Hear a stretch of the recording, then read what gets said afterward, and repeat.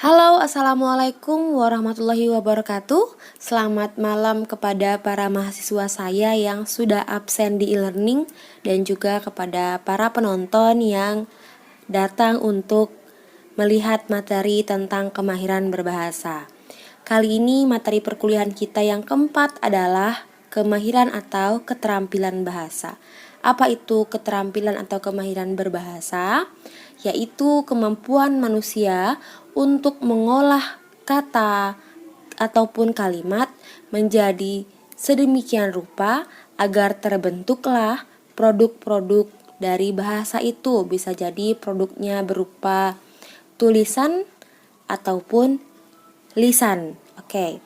Nah, pertama-tama kita ingin mempelajari dulu nih, manusia sebagai makhluk sosial itu tentu berkomunikasi dengan lingkungannya.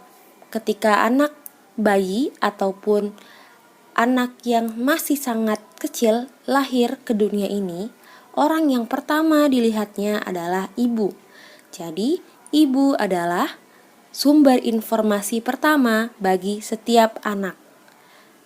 Setelah dia mengenal seorang ibu, dia akan mengenal seorang ayah, lalu keluarganya, lalu teman-temannya, hingga dia menuju tahap dewasa dan mengenal banyak orang-orang di kehidupannya. Nah, itulah tadi berarti manusia menyerap berbagai informasi untuk dirinya dari lingkungan. Lalu bagaimana informasi itu kita olah di pikiran kita? Nah, itulah yang nanti akan kita pelajari dari kemahiran berbahasa. Pertama, kemahiran berbahasa itu dibagi menjadi dua, yaitu kemahiran menyerap atau menerima informasi yang disebut juga dengan kemahiran reseptif. Reseptif artinya menerima. Dan yang kedua adalah kemahiran berbahasa produktif atau kemahiran yang memproduksi hasil dari informasi itu. Yang pertama, kemahiran reseptif. Kemahiran reseptif adalah kemahiran untuk menerima informasi.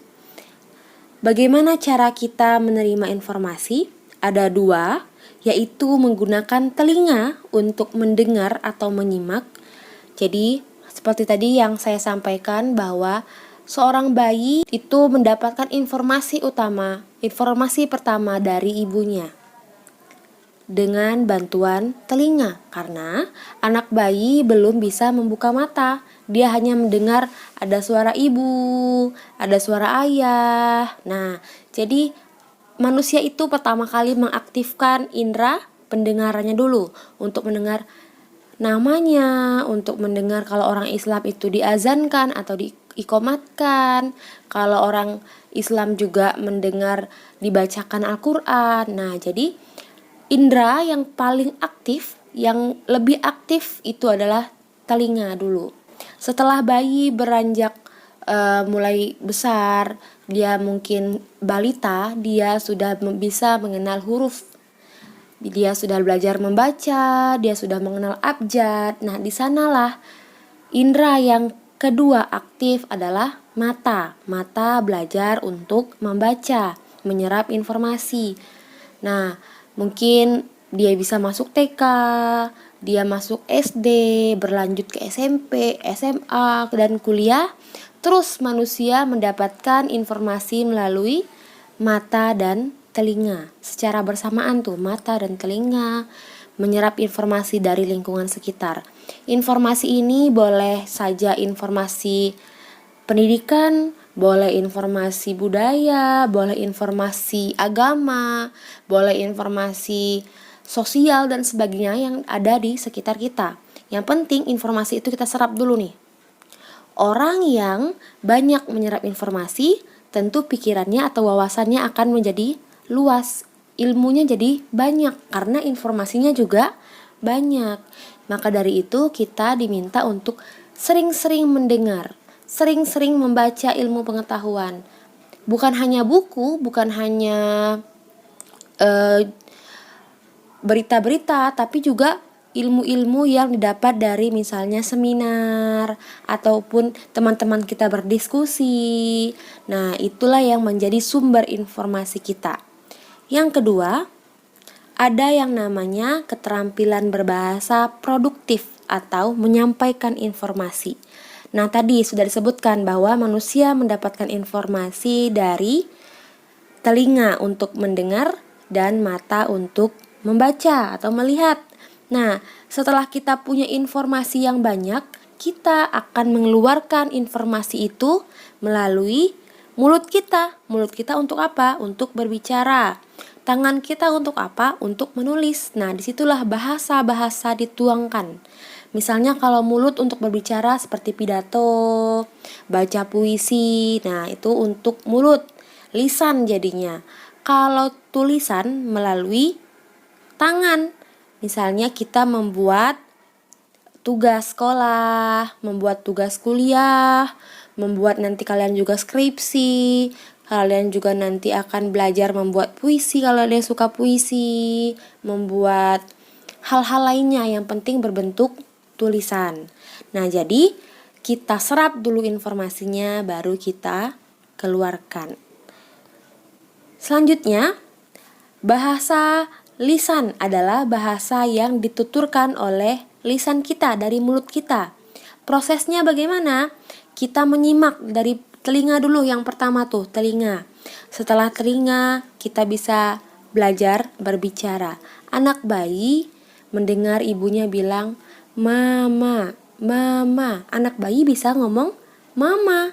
Anak bayi bisa nggak nulis tulisan mama? Belum, karena memang belum belajar tulisan. Jadi pertama pendengaran dulu. Setelah pendengarannya aktif, dia bisa berbicara. Itulah namanya bahasa lisan. Setelah beranjak dewasa, anak bayi belajar menulis dan membaca. Anak bayi bisa berbahasa tulis. Contohnya dia menulis huruf bapak, menulis huruf ibu. Ketika bayi dia hanya bisa berbicara ibu atau mama.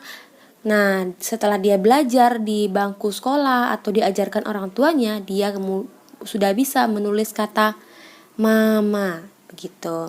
Jadi, kesimpulannya, bahasa lisan dan bahasa tulis akan menjadi kemampuan yang maksimal jika orang tersebut banyak mendengar dan banyak membaca, begitu. Kenapa kita kadang bingung? Aduh Bu, bingung nulis apa ya? Kenapa bingung? Karena kita kurang membaca dan kurang mendengar. Bu, grogi Bu kalau ngomong. Kenapa grogi? Karena kita sedikit punya informasi. Coba kalau kalian cerita tentang hobi kalian. Misalnya ada yang namanya Amir. Amir suka bermain sepak bola. Ketika ditanya sama si Benny, Amir, kamu suka klub apa gitu? Amir dengan lancar tuh menceritakan, aku suka klub ini, dia kemarin bermain di liga ini, bla bla bla. Kenapa Amir lancar berbicara? Karena dia punya banyak informasi tentang sepak bola atau klub tadi. Nah, misalnya nanti si dosennya bertanya, coba Amir jelaskan apa yang dimaksud dengan karya tulis. Bingung dia. Kenapa dia bingung? Karena informasi tentang karya tulis itu masih sedikit di wawasan dia, begitu. Apa manfaat berbicara dan menulis itu? Nah, di sebelah kiri ada gambar orang yang berpidato atau mungkin dia berpuisi atau semacamnya yang dia sampaikan di depan banyak orang itu mungkin. Jadi manfaat dari berbicara adalah kita bisa berpidato, kita bisa membaca puisi, kita bisa membawakan acara MC, kita bisa berdebat, kita bisa berdiskusi, kita bisa menyampaikan seminar, dan kita bisa hal-hal lain yang berhubungan dengan lisan kita. Nah, jadi kalau kita banyak membaca, banyak menyimak, lisan kita aktif nih, ngomong terus. Tidak grogi, tidak takut karena dia informasinya banyak. Yang kedua, apa manfaat dari menulis? dia bisa menulis cerita pendek, dia bisa menulis novel, dia bisa menulis skripsi, dia bisa menulis artikel, dia bisa menulis jurnal, dan dia bisa menulis hal-hal lain yang berurusan dengan tulisan. Misalnya yang dicetak, boleh itu ditulis tangan, boleh itu diketik. Selanjutnya, bagaimana agar menjadi pembicara yang hebat? Nah, seorang pembicara yang hebat tentu memiliki kepercayaan diri. Dia harus percaya diri dulu nih, aku pasti bisa gitu. Yang kedua, dia harus punya pengetahuan. Informasinya harus banyak dulu supaya dia bisa menyampaikan kepada orang lain.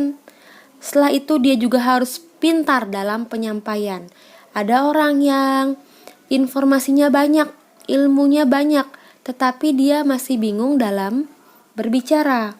Dia masih bingung merangkai kata-kata ketika berdiskusi dengan orang. Kenapa? Karena dia mungkin belum tahu cara berpidato, dia belum tahu cara berdiskusi, dia belum tahu cara berdebat. Jadi dia grogi meskipun ilmunya banyak.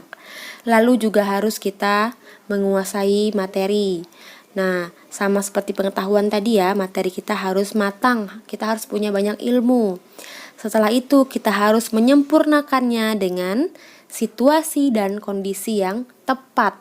Seperti pembelajaran atau perkuliahan sebelumnya tentang bahasa formal dan non-formal.